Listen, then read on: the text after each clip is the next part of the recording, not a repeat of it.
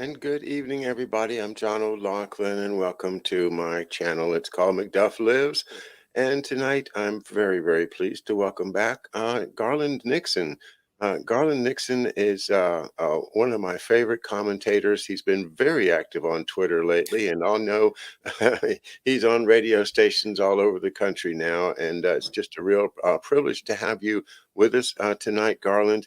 So welcome, and I'm glad to see you looking and feeling so good. How are you? I am just wonderful. Thank you for inviting me back. Excellent, excellent. And I saw a meme that you posted there and stole it for the for the thumbnail on the show here. I thought I just about fell out of my chair. I thought that's perfect. Putin's latest evil scheme. Uh, he's he's manipulating all the Trump truckers in Canada. Um, well, let's start there then. What do you think about the great truck caravan to Ottawa and its apparent extensions around the world? A number of things. Number one, what is it, right? To me, what is it? It is working class people. I don't know if you've been following, but a lot of farmers are starting to join in. And if you think about it, the farmers, they farm their crops or whatever they produce, and it has to get in trucks and go out. And so there's a natural kind of oneness with them. So a lot of farmers are joining in. And I thought, look at that. Who are this? These are, when you talk about working class people, is there harder work than farming and working on tractor trailers and loading them? That's real, hard backbreaking work. So these are hardworking people, certainly not members of the elite the elite ruling class, coming together saying, look, we've got a problem with. And if you notice this, they're not saying we got a problem with the vaccines or not. They're saying we have a problem with the measures that the government is taking, and it's a legitimate. They have legitimate arguments from the perspective of logic. Does it make sense to say that a person who is not vaccinated? But think about this: who's not vaccinated, but who has had COVID. I mean, just from a logical perspective, who has had COVID? You're going to say that a person who has had COVID is going to be treated the same as a person who doesn't? I mean, I don't agree with a lot of their measures, but just from a logical perspective, a person that has COVID who has had COVID is in the lowest percentile of those who would get it again, lower than a person who has received the jab. So they're saying your policies don't make sense. They're onerous on people that are trying to do this for a living. You won't listen to us. And as Martin Luther King said, and I'm probably going to botch it, but basically he said, like, riots are the voice of the unheard. Well, protests are the voice of the unheard. These people are unheard.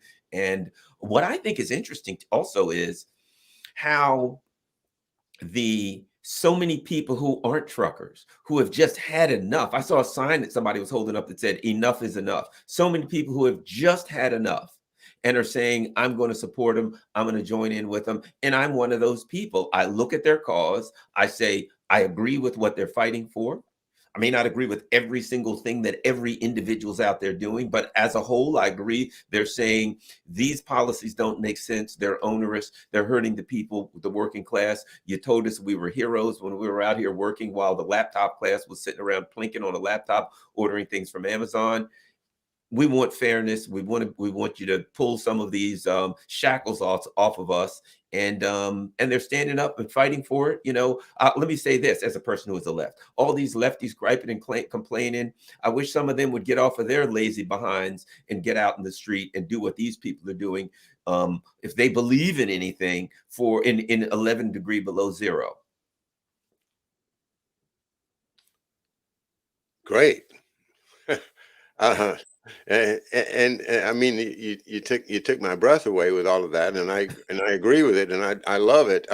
What is the general feeling from your perspective of the general population towards the truckers in Ottawa?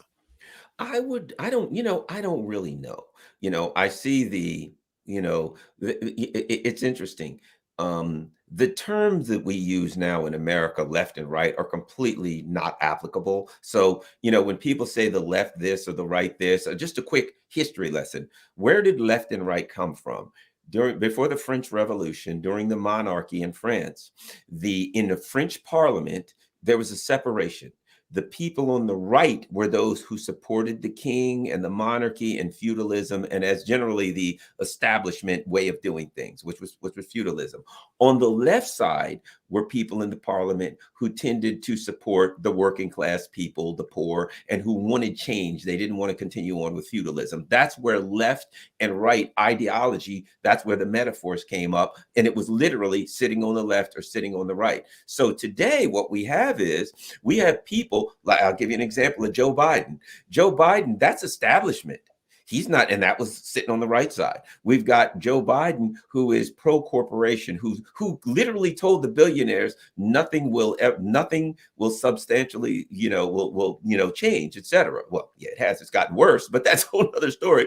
But so I'm not here to say who's on the left or who's on the right, but I'm here to say that Americans no longer know who's on the left or right. And they say, well, these truckers are a bunch of far right wingers or whatever. What they're doing, standing up against the establishment, standing up against the government. I mean, you can argue it's left or right. It doesn't matter.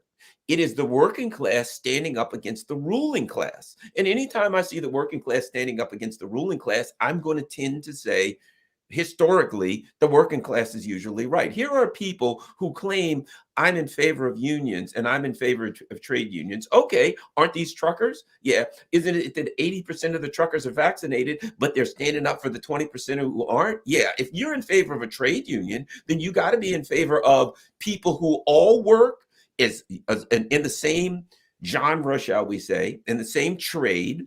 And farmers work in the same trade. So these are people who are tradesmen standing up against the elite ruling class. How can you say you're in favor of trade unions, but you're not in favor of tradesmen standing up against the elite ruling class for things that they feel are unfair? Can you still be a leftist if you don't support the working class? And here's again, what we would get into, and this is a long conversation, longer than this show is, in America, what do the words left and right mean anymore? I would say they're in context depending on what country you're in. But in America, they don't have a lot of meaning because we have people that will claim to be the left. Well, do you support trade unions? That's traditional left. Well, no. Are you pro-corporate? Traditional left tends to be anti-corporate. I'm pro-corporate. Are you anti-war? Traditional left tends to be anti-war. No. So we have people who ideologically, none of their policy positions are what traditionally would be considered the left. So here's what I say. The conversation to me in the United States now, and in the U.S. and Canada, France, etc., I don't think it's as much about left and right anymore as it's about neoliberalism versus traditional capitalism, traditional socialism. Those things make sense, traditional left and right. Neoliberalism is like a form of fascism to me because fascism borrows from all of them. A fascism will borrow and claim to be socialist. Remember, Hitler called them the National Socialist Party, borrowed from the left name. So the fascism only seeks power and control, so it can pretend to be the left, pretend to be the right, pretend to be anything. It doesn't matter because they're lying anyway. I think neoliberalism is a form of fascism. If you call ultranationalism is certainly, nationalism to the point where it gets dangerous and angry. If you call that fascism, then this liberalism that we have is an ultra liberalism, and that's a form of fascism also. So I think what we're talking about in America these days isn't so much left or right. It's more various forms of fascism, various forms of conservatism, various forms of, it's kind of, we got to parse it. So here's what I'm saying. Let me end it like this. All of those philosophical, ideological discussions don't get us anywhere. In the end, here's what I can say. I look at the truckers, I agree with their policies, and I think they're in the right. I don't need to talk about whether they're right, wrong, or whether they're right, left, fascist, neoliberal. That's unnecessary. Is their complaint valid? Yes. Are they standing up and protesting against valid complaints against the system? Yes, they are. The rest of the stuff is immaterial. The rest of the stuff is what's used to divide us. So we can say, well, they're too far to the right. You can't support this group. They're too far to the left. You can't support that group. And it takes us away from, is their claim valid? Yes, it is. I support it. You made me nostalgic for the old left. Where did they go? Where did they go? I was thinking of many days in Tacoma Park, Maryland, when I used to play a lot of music with uh, uh, it's a very kind of leftist oriented community, and so many people who I respect deeply um, have that just bedrock feeling of the socialist or even communist being the right way to go, and it that was kind of represented by Bernie Sanders, and but when they took Bernie Sanders down at the convention, I think they took that whole branch of the Democratic Party down. And as you said, the Democratic Party doesn't stand for those people anymore in any respect at all. As everything that they were for, the Democratic Party is against. Everything they're against, the party is for. And the party is definitely a pro-war party. My God, it's a pro-war party. And how wonderful it would be to have John Lennon's, singing "Give Peace a Chance" in Central Park again, and see what happens if we could get a peace movement going. Well, and here's another interesting. One of the things we're going to talk about tonight is Ukraine. Ukraine is one of the most corrupt countries in the world, and I'm getting somewhere back to the U.S. Ukraine is one of the most corrupt countries in the world, and it is literally run by a handful of oligarchs. Right? There's a handful of oligarchs, and each oligarch, if you're going to be the president, you're going to have to get an oligarch behind you, and that billionaire and that oligarch is going to give you the money to be able to compete for presidency. So you're going to be owned by an oligarch, right? And the current oligarch was traditionally owned by a billionaire named Kolomoisky. So, but the bottom line is this. Sounds bad, doesn't it? I remember during the 2016 and 2020, and I'm watching, and like Newt Gingrich had the Koch brothers behind him or something, and then this person, and this is both parties, and basically you had a number of politicians who didn't have a real base, but they would get one of the American oligarchs behind them in both parties. One or two of these oligarchs, they funnel you money, and now you're competitive because the oligarchs are funneling money. When Nina Turner was running in Ohio against this corporate person, Chantel Brown, they got a bunch of oligarchs, they put together PAC money, and they ended up taking it, right? The Democratic Party. So we still think we're some kind of really great and open and honest democracy in the world. And in my opinion, this is an oligarchy. This country is clearly run by a handful of oligarchs in the same way that Ukraine is. Perfect match. No wonder we're so good friends with Ukraine, because I think we got the same system. And I just feel like our parties now are a sham, and every 2 to 4 years they come in and they say whatever they have to say. And in fact, it's gone from, hey, I'm a politician, this is how I can represent you and vote for me, to, yeah, that guy over there's a jerk, so you got to vote for me. They don't even have anything to offer anymore. That's why I'm an independent. To me, when I look at these people, they don't even have anything to offer anymore, other than, I'm not that other guy or girl over there, so vote for me because they're terrible.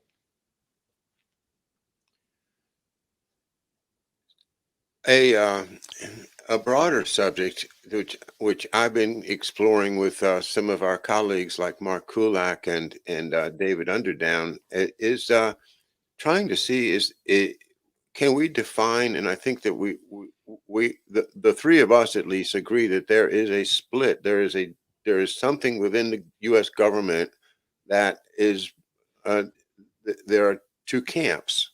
Hmm. And we try to identify, things like, well, here's Cheney, and Cheney's definitely, with this camp, for instance, or Brzezinski, but um, how about you?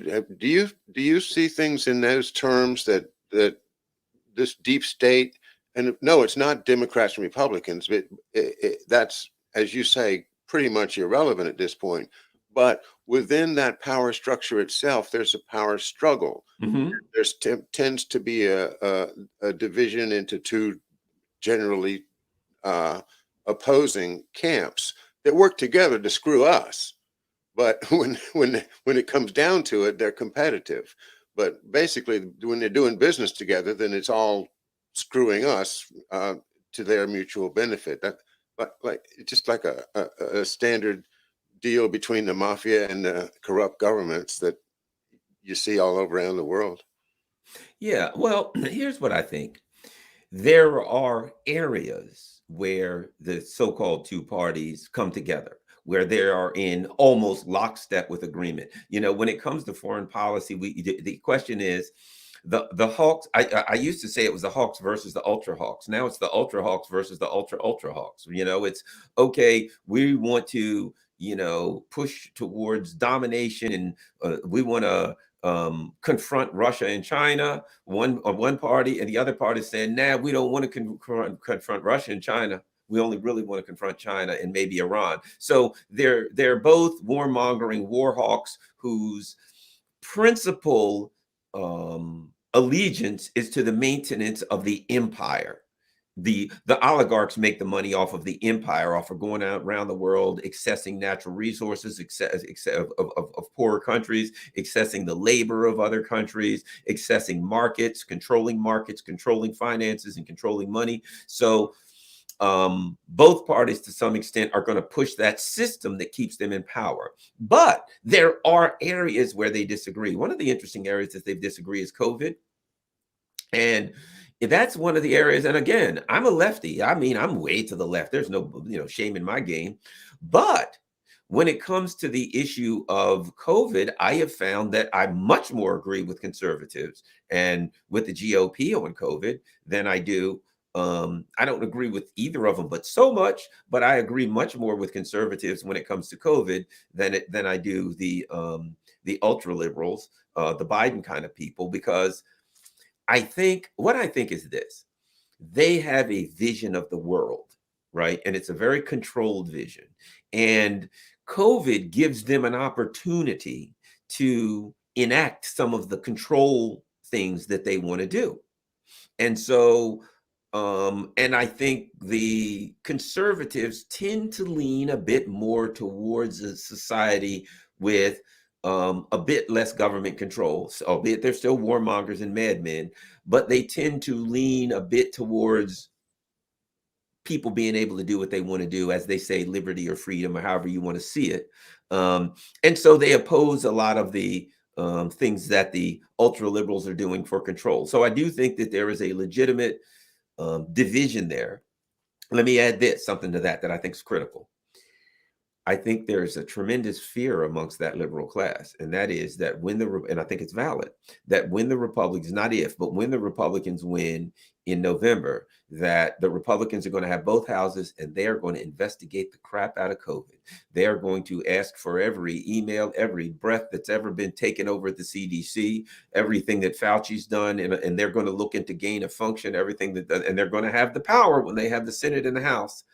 And I think they're going to really do a deep dive. Now, I don't trust them because they all got to protect the system, but so much. But I think in as much as they can find at least information to damage the Democratic Party, to help themselves moving into, even though it may not be exactly for altruistic reasons, I think they're going to do a lot of investigations.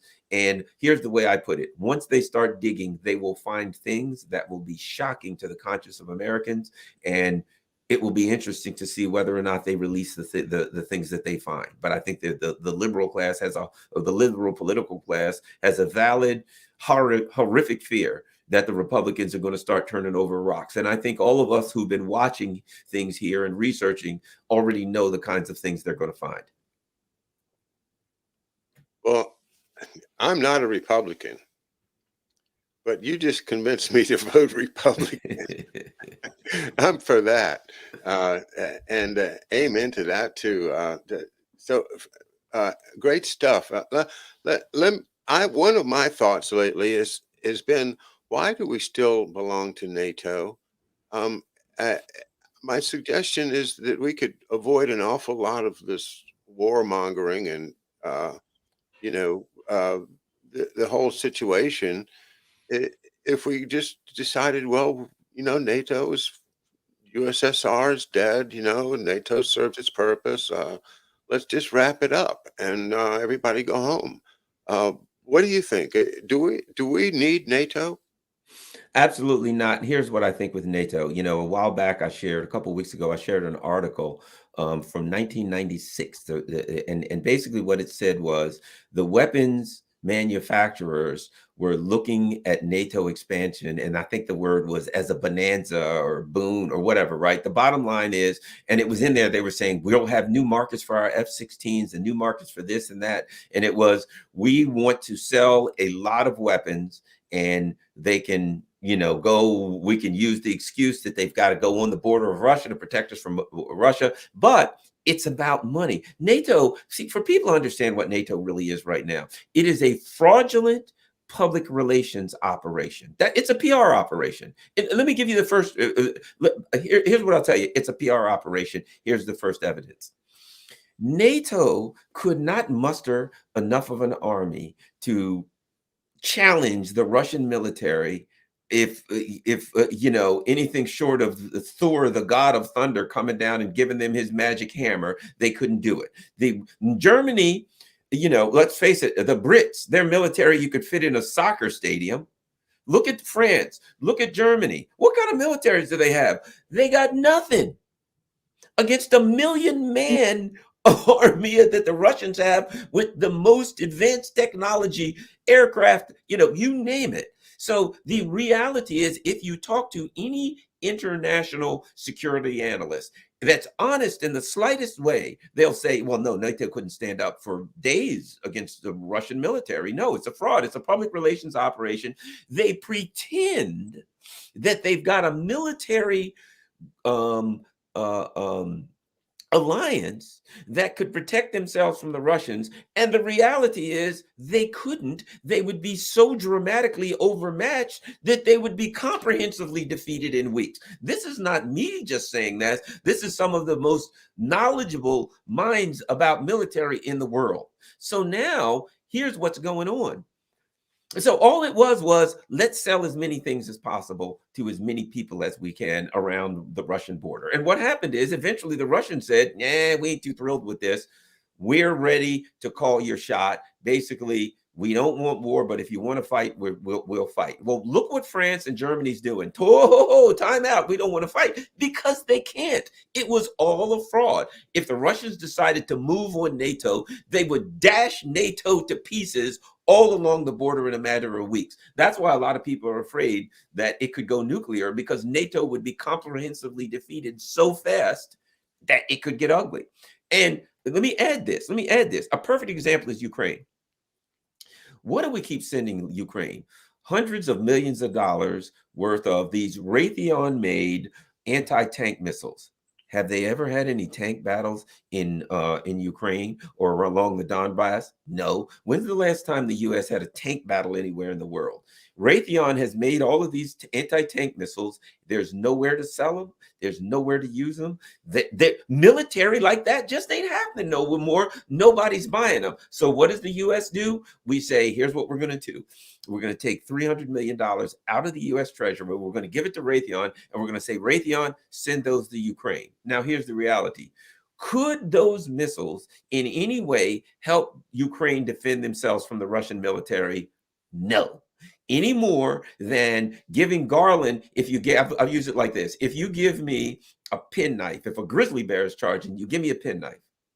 And I say, that ain't going to help. Okay, here's a whole box of penknives. The bear will use those penknives to pick his teeth after he eats Garland. That's what we're doing. Ukraine, they say Russians would invade Ukraine. They wouldn't have to. They'd use their artillery, they'd use standoff missiles, and they'd use their air force, and they turn Ukraine to a pile of ashes and rubble within hours, and everyone in the world knows that. So why are we sending stuff to Ukraine, billions of dollars worth of equipment, pretending, lying to the American people, saying, hey, we're giving them this stuff to defend themselves from the Russians. Really? Would it help them defend themselves from the Russians? Nah, they'd be dashed to bits in hours. But we got another $1 billion going into the hands of the military industrial complex. The whole thing is a fraud. And now the reality is the Russians have called their hands, and the Russians have said, look, you know what? If you guys going to keep coming to our border and we got to fight, we're ready to fight. And NATO has to admit that they do not have the military to fight. It was all a bluff. And now, if you look at what's happening, Emmanuel Macron gone to Moscow. The prime minister of Germany, he came here first. Next, he's going to Moscow. Boris Johnson's calling over there. He's sending his phone. They're all going to Russia to say, hey, time out, dudes. We don't really want to fight because we can't. And everybody knows it. And so now they're going to, the Europeans are basically saying, we have to. We have no choice but to work with Russia for a diplomatic solution, because we do not have the military might to fight them if we want to. Number one. And number two, we don't want World War III on our turf. No thanks, Americans. Forget it. That's kind of the way I see it.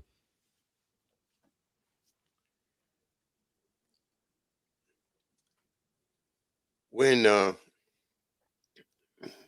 wow. I had a great question there, and then you stopped abruptly, and it just left my brain. Great stuff again. Uh, what else was I going to ask about you? Well, how how does your message get out now? I know you're talking on some of the Pacifica stations. Uh, I love what you say. I mean, the way that you just delivered all that is very, very powerful. And I would think that somebody would want to take clips of what you just did and use them to organize people around your thoughts, because they're very powerful thoughts. Um, wh- how's it going with Pacifica and your other ventures? Well, a couple of things. Sputnik is great. I love it. I do that daily, and I do a lot of foreign policy stuff. I really enjoyed that all over the world. I do South America, Africa, you name it. We cover foreign policy, and you start to see things come together. But I do on Pacifica. I have a show on WPFW 89.3 FM every Friday from 6 to 7. I've been doing that since 2013. So I have a lot of, I'll call them loyal followers, people who know me, who listen every week, who really enjoy the show, who call in. Now, I've only been on KPFK in Los Angeles. That's every Monday from 2 to 3 p.m. Pacific time, 5 to 6 p.m. Eastern time. I've been there since like August, and I enjoy it because it's a challenge. California, having been out in California and hung out there in a while, it's a very, very, very much of a state, a Democrat state.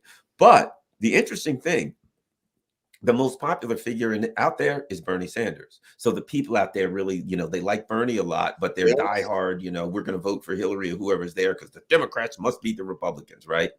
So on that show, what I try to do a lot is I'm working to give people my ideas as a independent as to how I see both parties, in a lot of areas, my issues about war, to give them some truth. I bring people on who are historians, people on who are international human rights attorneys that can say, your country's doing this.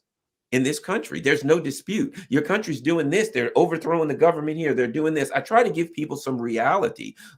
This is what Joe Biden's doing. I don't like Biden, and this is why. And then I'll say, well, look, I don't like Biden, don't like Trump, but it's not about who I like. It's about their policies. And I'll go on, because there, what's interesting is there, it's always like this. If I say, well, I don't like what Biden's doing about here, somebody will call in, but Trump was worse. That's all they've got is but Trump, but Trump, but Trump. So I got to work to get out of that.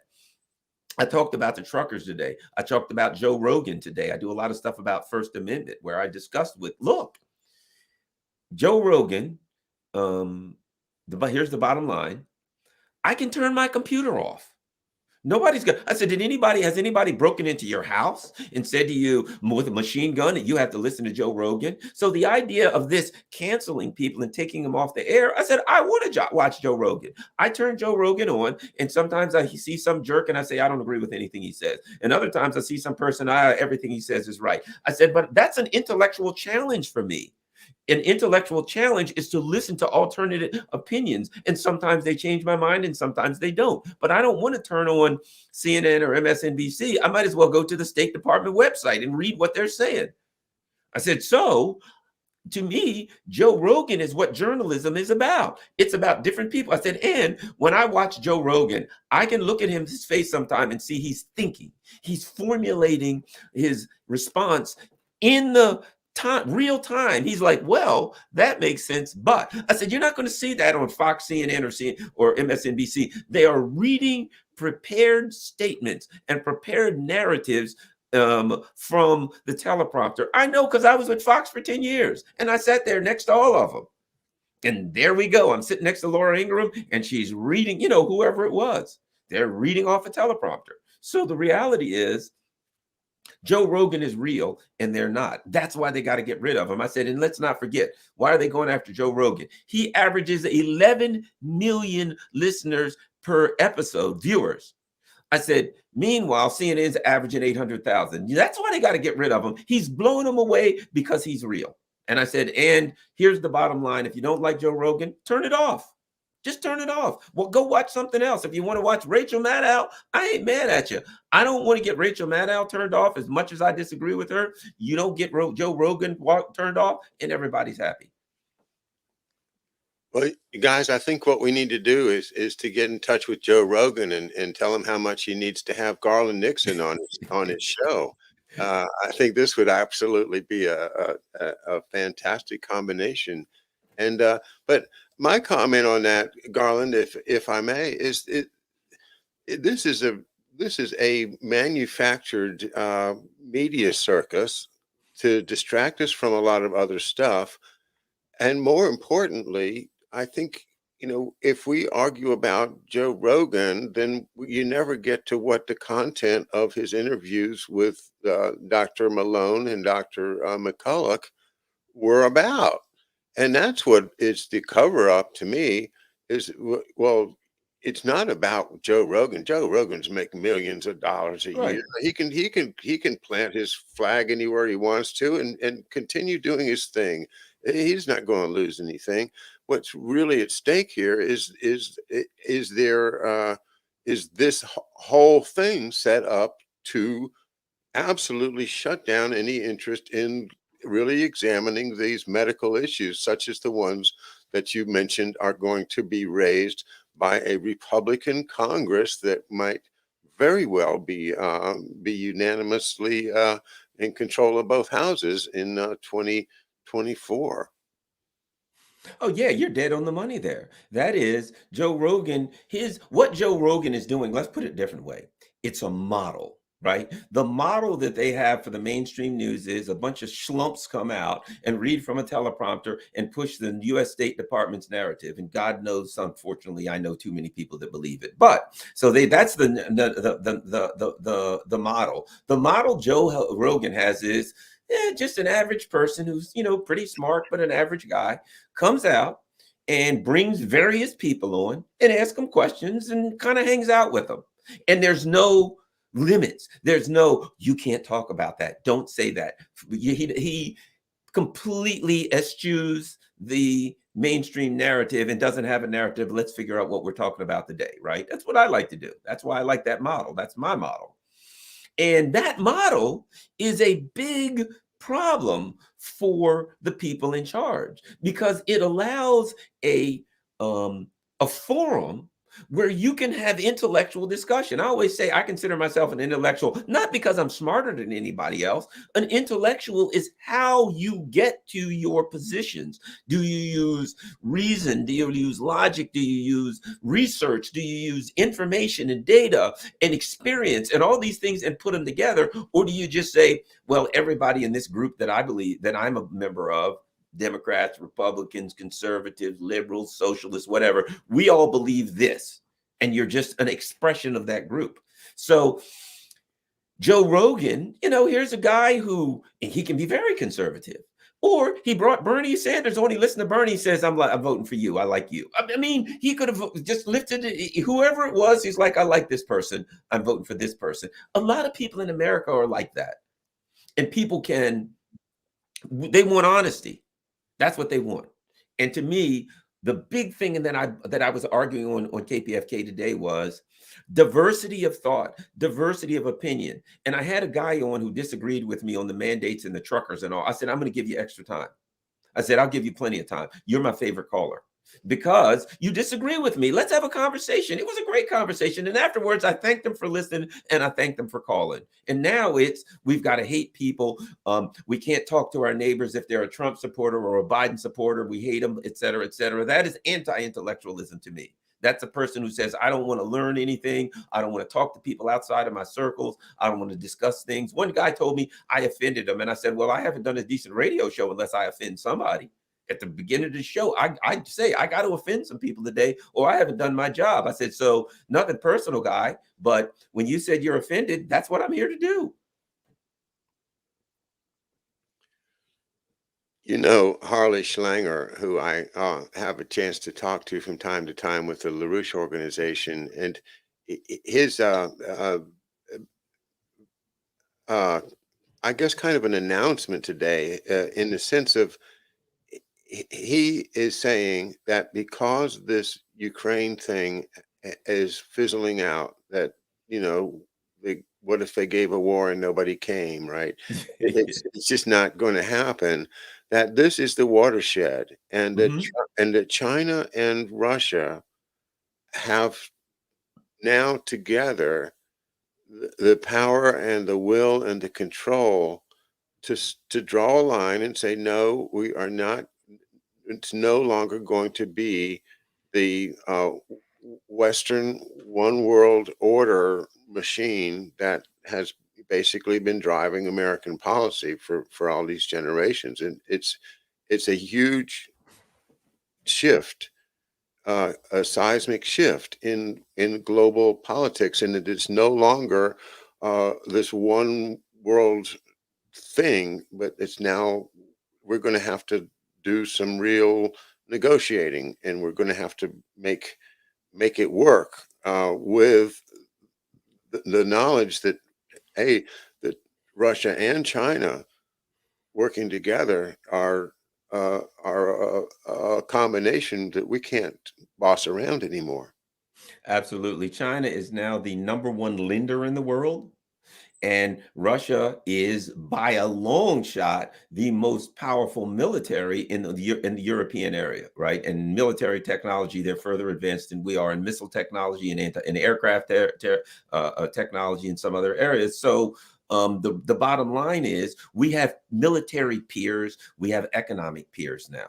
And the U.S. would be forced to accept that, but the U.S. empire can't. So here's the other part that a lot of people aren't talking about. Yep, Russia, China, they're growing economically, they're growing militarily. This is the nature of reality, right? So this is a multipolar world that the U.S. is struggling with. But here's another thing that I think is important that has come out of. Let me put it like this. What happened in Ukraine? How did this happen? The U.S., of course, overthrew the government, and now Ukraine is ours. It's a colony. Now, a few months ago, and I believe it was December, the Russians issued a list of security demands and said, we've had enough, doggone it. You're going to do, we're going to, as they said, depending on what happens, we may take military technical acts if our security demands aren't met. And it was like, back off our border, NATO, you better stop crowding us, give us some elbow room. I'm being facetious, but that's basically the way you could interpret it. Okay. And they brought a bunch of troops up near a lot of troops and a lot of powerful military stuff up near the borders of Eastern Europe. And the U.S. was like, they're going to invade. I always thought along, they ain't going to invade. That is just an elbow. It's a reminder. It's motivation. It's saying to Europe, we're serious. Not saying we're going to attack you. Not saying we ain't. But if we attack you, you know you're going to lose. And you're going to take a hurt. And do you really want, is it worth it? We want a diplomatic solution. Is it worth it? If you don't give us a diplomatic solution, there is the possibility that it could turn military. I don't think they ever intended to, but that was a diplomatic move. You know what I mean? Give you some demands, move some troops. Now you're motivated. But what happened? Here's what's interesting. And this is what's happening. What I think really comes of this is it's going to divide Europe away from the US empire. And here's why. Europe at that point said, okay, the game is up. We know we can't fight the Russian army. There ain't no point pretending anymore, right? Macron, the leader of Hungary, went to Moscow and met with him and signed a new deal for gas. The leader of Croatia says, I'm out. He takes all of his troops out of Ukraine. He says, I don't care what happens. I'm not getting in a war with the Russian army. In other words, I ain't going to be a speed bump, pal, because that's what a war with the Russian army would be for Croatia. They'd be a speed bump on the way by. He's like, I'm not going to be your speed bump, U.S. empire. And so the president of Croatia said, we should meet the Russians' demands, and Croatia, even though we're a member of NATO, count us out. We ain't fighting. So one by one, the countries that were involved started saying, look, it was fun while it was a public relations move.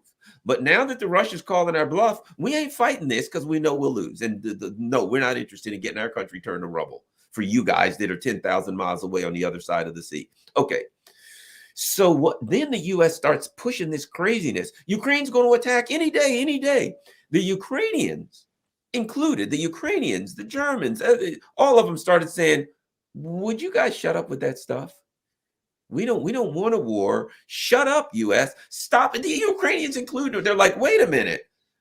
We can't stand up to the Russian army. Stop trying to bait them into attacking us. We will be turned to rubble. We don't want to be rubble. Let's not do this. And the U.S. kept going, oh, they're going to attack. So what's happened now is this, and let me add this. This is important. The U.S. then says, we got all of these sanctions and we'll sanction Russia like they've never been sanctioned before. The EU looks at the sanctions and says, wait a minute. It'll destroy our economy. We get 46% of our coal, 40% of our oil, and 38% of our natural gas from Russia. If you sanction Russia, we get none of them. We will freeze and we won't have any power. Forget this. We ain't doing it. So what has happened is the Europeans are now looking at the U.S. They're looking at Russia and they're saying, hey, Russia, can we work out a deal? And Russia's saying, yes, we'll work this out diplomatically. We don't have to fight. And the U.S. is over there going, no, no, no, you got to fight. The Europeans are starting to realize that from a perspective of who's the most reliable partner, that Russia and China are more reliable partners than the U.S. because Russia and China want economic deals and they want to resolve their differences diplomatically. The U.S. wants to get Russia and China to stop trading with the EU or force the EU through sanctions to stop trading with Russia and China. And who are they going to trade with now? Then they can only buy more expensive goods and more expensive energy from the United States. And they're like, we're getting it cheap from those guys. We can't afford to buy it from you guys. You guys are too expensive. And the US is like, oh yeah, well, we'll fake out a war here. We'll put forward these sanctions and you'll have no choice but to break off trade with them. The EU is waking up, realizing they're like a pig when they're with their apple in their mouth, that the U.S. has dressed them up, stuck an apple in their mouth, and now they're about to put them on the roaster. And the EU is saying, you ain't going to cook us, pal. And the Ukraine is getting to the point where they're the same way, like, no, we were okay being like one of your colonies as long as we're getting money and stuff like that. We didn't realize that we were the goose being fattened up for Christmas morning, and it's Christmas morning. Ukraine is not willing to sacrifice themselves and be turned to rubble. So that's the other part of it. Is the Europeans are now realizing that they were going to be sacrificial lambs for the U.S. and they ain't going to have it. And so we're getting the U.S. is getting totally isolated, or what? Excuse me, is totally isolating itself from all of the major economic powers. Very good. I think you agree and reinforce with what Harley is saying, and it's a big thing. I'm going to tee up for you one more item for roasting if you want to, and then we'll call it a night. But we had this on our list, and so I didn't want to let you go without giving you a chance to take a swing at Ned Price. Good old Ned, boy, perfect name for that guy. Nerd. It should be a R, Nerd Price. All right. So you want me to chat? Okay. Good old Ned Price. For those of you who don't know, the other day he was giving a press conference, and it was the usual. It was just assertions. That's what neoliberals, neoconservatives do. They make assertions, and you have to accept their assertions. Well, there was a guy named Matt Lee from the AP, and he wouldn't do it. And so they said, the Russians are going to have a false flag so they can invade Ukraine. And Matt Lee's like, where's the evidence for that? He's like, I just gave it to you. He's like, where? I just told you. And Matt Lee was like, no, you just made an allegation. We need some evidence. So they went back and forth. And the bottom line is Ned Price was humiliated because for this reason, because an American journalist asked the US government for some proof to substantiate a preposterous and absurd claim that they made. And Ned exposed it for the absurdity that it is. He's like, and he said to him, he says, you're saying like crisis actors that they're going to use, like, come on, you got to give us a little bit of, you're giving us making preposterous claims. You got to give us a little bit of evidence, Ned. And Ned had nothing. And the AP had an interesting story about it today, and it was a good story. I mean, they ripped the U.S. government apart. Even CNN, the government shills that they are, Biden puppets that they are, had to have a segment where they talked about it. And here's the other part. And because Jen Psaki did something similar, it eventually ended like this, where Ned was basically saying, well, if you don't believe us, then believe the Russians. It's believe us or the Russians. And the guy was like, no. This ain't about the Russians. You made an allegation. You made an assertion. You got to substantiate it with some evidence. And Jen Psaki did that to someone else who was saying they didn't believe her. And she was like, well, you'll believe the Russians then. It's either us or the terrorists kind of thing. So the wheels are coming off the cart here, and it's getting to the point where even the media anymore can't hide for it from them. The Biden administration has taken this thing to such a farcical level that the media is embarrassing themselves, and some of them can't embarrass themselves anymore by listening to the crap that they're saying. I mean, one day the Russians are going to invade Ukraine any minute, and the Ukrainians are like, no, they aren't. And then we're not going to use the word imminent anymore. We've been saying it, there's an imminent invasion. We're not going to use that word anymore because we don't want people to think there's an imminent invasion. This was last Thursday, Wednesday. Sunday, yesterday, Jake Sullivan goes on one of these Sunday talk shows and says, the Russians, they're going to invade soon, maybe tomorrow. So they were supposed to invade today. So it's getting to the point where people are like rolling their eyes and, looking the other way. Like, you got to be kidding me, guys. You're embarrassing yourselves here. And that's what happened. It's important to me because normally it's going to be alternative media that does what Matt Lee did to Ned Price. But when the mainstream media is starting to ask them questions, when Bill Maher is now coming out against saying, basically, come on, these COVID measures are a little bit ridiculous. We got to back off. Mainstream figures are starting to ask the questions that need to be asked. The Biden administration and the neoliberal order is in deep and serious trouble. The absurd and farcical nature of their rule, and I'm not going to call it, the president is supposed to preside over the government and preside over the people, and the way they run things, it's more like a rule over us. And as I said, I'm no friend to the Republicans. I don't see them that they be any different in charge when it comes to overall. They're very problematic in a lot of ways. But sticking with the Biden administration here, man, 1 year in, everything they've done has turned to crap, and they're embarrassing themselves and embarrassing the entire country in front of the world to look at these clowns. And God forbid, I never thought I'd say this, that anything happens to Joe Biden. Can you imagine? Can anyone imagine Kamala Harris as the president of the United States? The thought is horrifying. But if you think about it, we're only run by oligarchs. It won't matter. They'll tell us what to do, and she'll bounce. She'll jump around like a marionette tends to. But at any rate, those are my thoughts on all of that. Yeah, if we weren't run by oligarchs, they wouldn't have let these two clowns in office in the first place. So, so Yeah, you are correct. there you go. And a fantastic, more power to the press. And I hope that that's the beginning of more of determined questioning. Let's get back to Sarah McClendon and with some really uh, tenacious questioning in the press room. I love to see that starting. And yes, he was very, very embarrassing. So I watched that too. Thank you so much, Garland. It's been a great pleasure. And wow, so many. I'm telling you, man. You. Let's get you a press pass. How about that? I mean, you tear them up in there. Oh my gosh, yeah. Well, I could hit them with some good questions. But they people like you, the alternative, they're busy trying to deplatform alternative voices like you and I.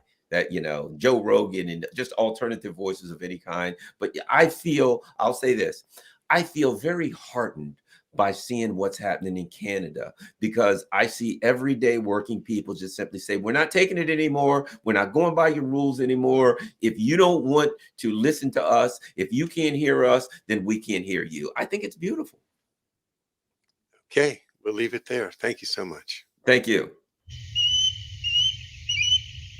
Good night, everyone.